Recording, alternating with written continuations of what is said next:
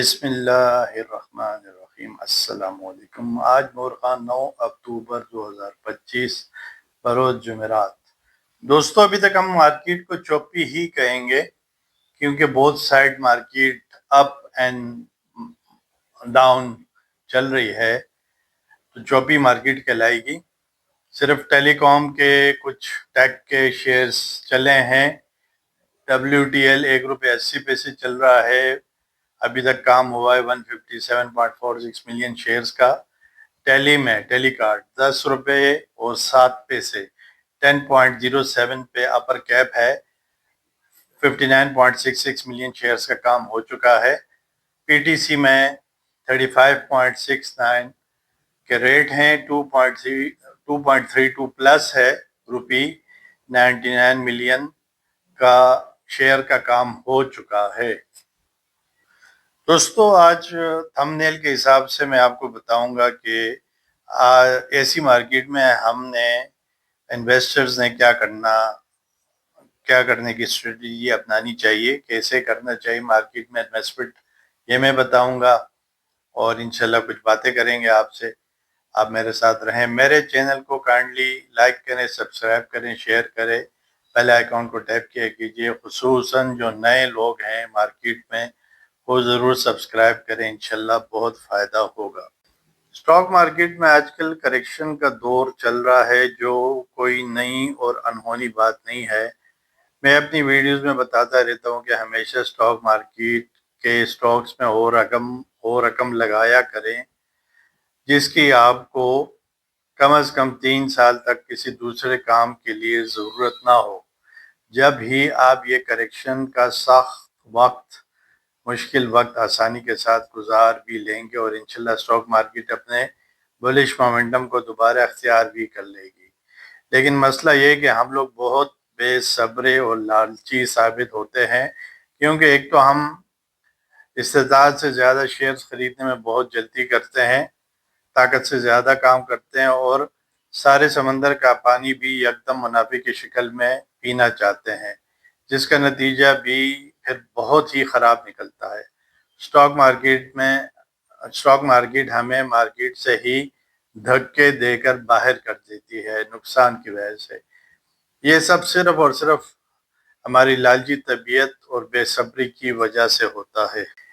آپ کو ایک اور ضروری بات یہ بھی بتانی ہے کہ انڈیکس اگر خدا نہ خواستہ 1,55,000 پوائنٹس پر بھی آ جاتا ہے اور پھر بھی یہ نہیں ہوگا کہ سارے کے سارے اسٹاکس اپنی قیمت کم کریں گے، بلکہ اکثر اچھی پرفارمنس دکھانے والی کمپنیوں کے اسٹاکس اس کریکشن کے ماحول میں بھی اپنے اسٹاکس کی قیمت کو بڑھا لیتے ہیں، کیونکہ انویسٹرز اپنے ہاتھوں سے یہ موقع جانے نہیں دیتے اور تھوڑی تھوڑی خریداری اچھے اسٹاکس میں کرتے رہتے ہیں۔ اب ایسی کریکشن والی پیریڈ میں ایک اچھے سلجھے ہوئے انویسٹر کو کیا طریقہ کار اختیار کرنا چاہیے، جیسے کہ تھم نیل میں بھی یہ بات لکھی ہے میں نے۔ تو دوستو، سمجھدار انویسٹرز ہمیشہ لانگ ٹرم کا ہی سوچ کر اسٹاک مارکیٹ میں انویسٹمنٹ کرتے ہیں اور کریکشن کو خریداری کے لیے غنیمت جانتے ہوئے اپنی تھوڑی تھوڑی رقم کو بہت بہتر فنڈامنٹلز والے اسٹاکس میں آہستہ آہستہ انویسٹ کرتے رہتے ہیں۔ یہ اسٹاکس اپنے ششماہی سالانہ اناؤنسمنٹ میں کچھ نہ کچھ کیش ڈیویڈنڈز اور بونس وغیرہ بھی دیتے رہتے ہیں، جو یہ انویسٹر وصول کر کے دوبارہ بھی انویسٹمنٹ کرتے ہیں، یعنی کہ کمپاؤنڈنگ کرتے رہتے ہیں، جو کہ دانشمندی والا قدم ہوتا ہے۔ اب کچھ خبریں آپ کے ساتھ شیئر کرتے ہیں۔ Pakistan receives $3.2 billion in remittances in September 2025. Remittances increased by 11.3% year on year compared to 2.9 billion recorded in the same month last year. The inflow of overseas workers' remittances into Pakistan stood at $3.2 billion in September 2025, the State Bank of Pakistan (SBP) data showed on Thursday. Remittances increased by 11.3% year on year. Intraday update. Rupee registers gain against US dollar At 10 a.m., the currency was hovering at 281.02, a gain of 19 paisa against the greenback. Foreign currency sales declined amid market constraints. Foreign exchange companies sold $646 million to banks during the first quarter of FY26, down from $750 million in the same period last year, reflecting lower availability of physical dollars and reduced inflows from visiting overseas Pakistanis. IMF